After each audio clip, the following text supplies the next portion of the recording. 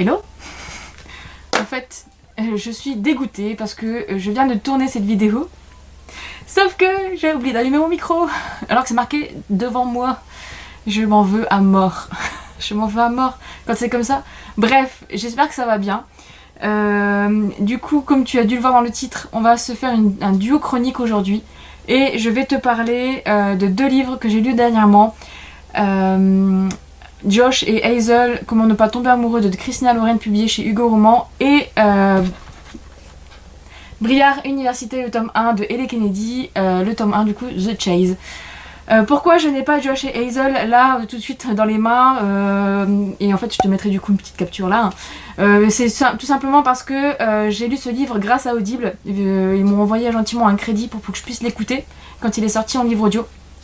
Et du coup je les remercie énormément parce qu'en fait ce petit livre me tentait énormément quand il a été annoncé dans la liste des prochaines sorties Hugo, sauf que je n'avais pas pris parce que on est limitant en termes de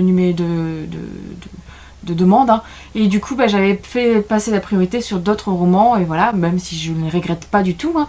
Mais il me tentait quand même énormément parce que le résumé m'avait donné envie, contrairement aux 2 autres Christina Lauren que j'avais vu, et dont un que j'avais lu précédemment qui m'avait pas plu du tout, ça n'avait pas matché avec moi, et donc du coup là je voulais tenter l'expérience, et voilà, c'est pour ça que aujourd'hui je vais t'en parler dans cette vidéo chronique. Du coup on va commencer par Josh et Hazel, Comment ne pas tomber amoureux. Donc là, ce livre, moi je l'ai écouté, j'ai mis moins d'1 mois parce qu'en fait il fait à peu près 7 heures, voire même un petit peu plus de 7 heures, mais je sais pas s'il fait 8 heures carrément. Mais en tout cas, j'ai passé un super bon moment d'écoute. Je l'écoutais dans la voiture et aussi au sport, enfin quand je vais au sport. On n'a rien entendu, mais si, il faut que j'aille au sport. Bref, je l'ai écouté pendant ces 2 moments-là et je t'avoue que j'ai passé un très bon moment parce que c'était hyper frais, hyper addictif. Et en fait, ce qui fait vraiment pour moi une bonne partie du roman, c'est le personnage d'Hazel. Parce que c'est vraiment... J'ai jamais lu une romance chez Hugo ou même ailleurs avec un personnage féminin aussi extravagant, aussi... pas loufoque, mais enfin, elle peut paraître loufoque en fait aux yeux des personnes qui ne connaissent pas, enfin, ou qui jugent facilement. Mais c'est une personne qui a, ils ont créé quand même une personne qui a son propre univers, sa façon de voir les choses, sa façon d'être positive, sa façon d'affronter la vie, puis qui pense différemment et qui fonctionne très bien aussi, qui est aussi indépendante, machin, enfin bref, ça j'ai adoré ce côté-là. Là, du coup, je vais peut-être te faire le résumé du livre, ça serait peut-être bien, mais Josh et Hazel, en gros, tu vas retrouver Hazel, qui est une jeune femme, qui est maîtresse d'école, qui est institutrice en maternelle, et qui travaille en fait avec sa meilleure pote, et sa meilleure pote a un frère qui s'appelle Josh, qui lui est kiné il me semble, et qui en fait était qui connaît Hazel de réputation, et aussi qui l'a croisée de temps en temps à la fac parce qu'ils ont fait la fac ensemble. Hazel qui est une jeune femme du coup qui a une réputation de folle pour certains hommes, et c'est pour ça qu'Hazel est un peu malheureuse en amour parce que les hommes ne veulent pas rester longtemps avec elle.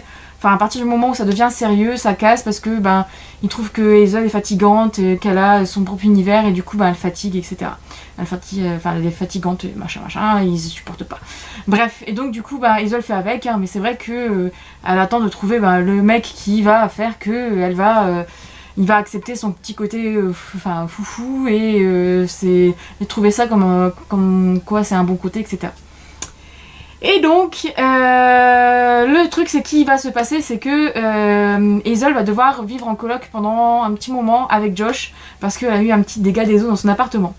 Voilà, je t'en dis pas plus, sinon je te spoil, mais en tout cas, c'est vraiment un roman qui se lit là, maintenant, actuellement, donc si tu hésites, fonce, parce que pour l'été, je trouve qu'il est parfait, il se bouffe, le personnage d'Hazel est complètement frais, complètement mignon, enfin moi je l'ai adoré. Franchement j'ai adoré, ça m'a fait penser à certaines personnes que j'ai pu rencontrer dans ma vie précédemment, on va dire, enfin pas précédemment, mais voilà, que j'ai rencontré plusieurs fois, et bref, et donc ça m'a fait penser à certaines personnes qui en fait c'est une personnalité, c'est une façon d'être, et c'est quelque chose qui moi je trouve génialissime, et le fait de l'assumer, le fait de kiffer la vie comme ça, moi je trouve ça trop bien. Voilà. Donc je peux pas t'en dire plus à ce niveau-là. Après, niveau déroulement, forcément tu as le côté classique d'une romance, ça y a pas de souci. Mais il y a des petites subtilités en fait, parce que tu te fais emporter par la tornade et Hazel. Et du coup les chapitres sont aussi pareils, tu te fais emporter et le truc c'est que tu vis un peu à 200 à l'heure comme Hazel et tu découvres, tu fais des choses comme elle, enfin je sais pas comment expliquer ça parce que tu les fais pas, mais tu te projettes facilement en fait, et voilà. Franchement, je ne peux que te conseiller cette lecture et je t'en dis pas plus parce que sinon je te spoil, mais pour moi c'était une très très bonne lecture. Ensuite, le second, j'ai lu du coup Briar Université, le tome 1 de Ellie Kennedy, The Chase. Alors là, c'est une lecture qui était bonne, mais, il y a quelque chose d'autre. En gros, là, tu vas suivre Colin et Summer. Donc là, on est sur le spin-off de la saga Off Campus. Alors Off Campus, en fait, c'était l'histoire des hockeyeurs qui étaient à Briar Université, etc. Ils trouvaient, etc.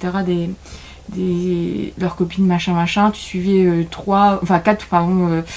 4 hockeyeurs et du coup et leurs histoires autour des cours, autour de leur vécu personnel, autour de leur histoire d'amour et de leurs rencontres, etc.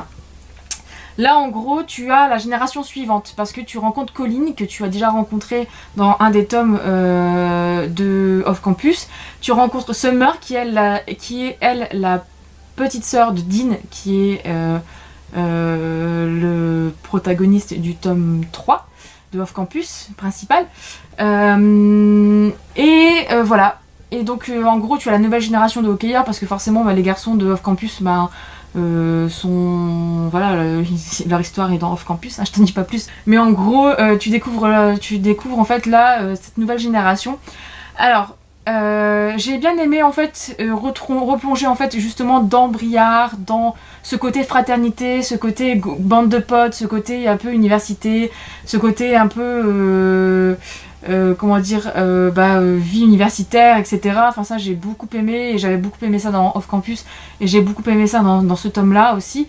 Sauf que pour moi, je trouve que Ellie Kennedy a mis beaucoup plus en avant le personnage de Summer que le personnage de Colin. Summer, en fait, j'ai eu du mal avec ce personnage-là. Je trouve qu'elle est trop... Enfin, justement, je la trouve superficielle. Je trouve que le personnage était un peu saoulant au départ. Mais Ellie Kennedy, en fait, a voulu en faire un exemple, a voulu en transmettre une morale via ce personnage. Chose faite, parce qu'on la comprend très bien. Mais pour moi, le personnage était un peu relou quand même. Moi, d'un moment, je sais pas, il y avait des réflexions, des pensées je trouvais, je trouvais ça un peu, voilà. Je peux pas dire ça autrement. Par contre, et c'est là où, en fait, le problème, c'est que le personnage de Colin, qui est déjà un personnage très renfermé sur lui-même, etc., il est pas bien mis en avant, je trouve, moins bien mis en avant. Il a justement un petit côté geek que, au départ, on commence à creuser, et pour finir, ça s'arrête. Et c'est triste, c'est dommage parce que en fait ça aurait pu être mieux développé. Et en fait je trouve que Colin aurait pu apporter plus de choses en fait à Summer et apporter aussi sa petite touche, son petit univers à Summer. Mais c'est plus le contraire, c'est Summer qui lui impose, enfin pas impose parce que Colin le choisit quand même, mais qui lui fait découvrir plus son univers. En tout cas moi c'est ce que j'ai ressenti en lisant ce premier tome. Ensuite, là où en fait, si je veux faire une comparaison avec Off Campus, avec le premier tome de Off Campus, dans le premier tome sur l'histoire de Garrett, tu as quand même une histoire qui est assez forte. Un personnage, le personnage de Garrett qui est assez, qui a quelque chose, qui a un passif et machin. Enfin, c'est quand même assez fort, quoi. Et très puissant, on va dire ça comme ça. Chose que tu ne retrouves pas là dans ce premier tome. Voilà. Moi j'ai trouvé que l'histoire de Colin, oui, en fait, on en fait tout un plat, mais voilà. Enfin, et encore, c'est même pas tout un plat parce qu'en fait, il en parle 2-3 fois et puis basta, quoi. Et celle de Summer, c'est là où justement, ça prend plus l'ascendant sur l'histoire de Colin. Voilà, moi, j'ai trouvé ça un peu, j'aurais préféré un petit peu plus de Colin. Voilà. Et le petit truc qui me chagrine, mais qui me chafouine, en fait. Mais je pense qu'on l'aura dans le tome suivant. C'est il y a 2 questions en fait que je me pose une fois que j'ai terminé de le lire. Je me suis dit mais en fait j'ai pas eu qu'est-ce qui s'est passé pour ça et pour ça. Et en fait j'ai pas eu la réponse et je me dis peut-être qu'on aura les réponses du coup dans le tome suivant. Parce que vu que le tome suivant est sur Brenna et un autre personnage, Brenna est quand même la meilleure pote entre guillemets de Summer. Et donc du coup, peut-être qu'on aura ces réponses-là dans le tome suivant. En tout cas, j'espère, parce que si c'est pas le cas, bah, je t'en parlerai. Mais c'est vrai qu'il y a deux choses quand même qui sont essentielles, je trouve, sur lesquelles, en fait, ils se battent pendant un bon moment, pendant un bon 200 pages du bouquin, et pour finir, pas de réponse. Ok. Donc voilà, franchement, ça a été une bonne lecture, parce que j'ai replongé dans l'univers, mais il y a des petites choses, comme j'ai dit, qui ne sont pas forcément, qui aurait pu être mieux pour moi. Mais je suis super contente quand même de retourner à Briare et j'ai hâte en fait de lire la suite. Je t'avoue que je l'ai quand même bouffé, hein. Il a fait 2 jours et j'avais qu'une envie, c'est de lire la suite et de découvrir la suite. Donc pour ça, il y a toujours le petit truc, la petite touche là qui est là. Donc pour ça, je peux que te le conseiller à ce niveau-là. Et même, ben voilà, c'est un livre qui se lit pour l'été, c'est quelque chose qui se lit rapidement et je ne peux que l'approuver. Voilà, j'espère que cette vidéo t'a plu. N'hésite pas à me dire si tu as lu un de ces 2 livres, si tu ne les as pas lus, s'ils te tentent, comme d'habitude en commentaire, il n'y a pas de souci. Si tu as aimé cette vidéo, n'hésite pas à mettre un petit pouce bleu. Si tu ne l'as pas aimé, bah, tu peux mettre un petit pouce rouge, mais me dire pourquoi en commentaire tu n'as pas aimé. Avec un commentaire constructif, ça serait super cool. Parce que bah voilà, moi j'aimerais bien savoir pourquoi, parce que des fois je vois des petits pouces, mais... soit les gens n'ont pas les couilles d'assumer, ou juste ben ils sont rageux, ou voilà, je sais pas. Bref, donc n'hésite pas à me dire pourquoi, ça me ferait très plaisir aussi. Comme ça me permettra d'améliorer. Sur ce, bah, je te laisse et je te dis à bientôt pour une prochaine vidéo.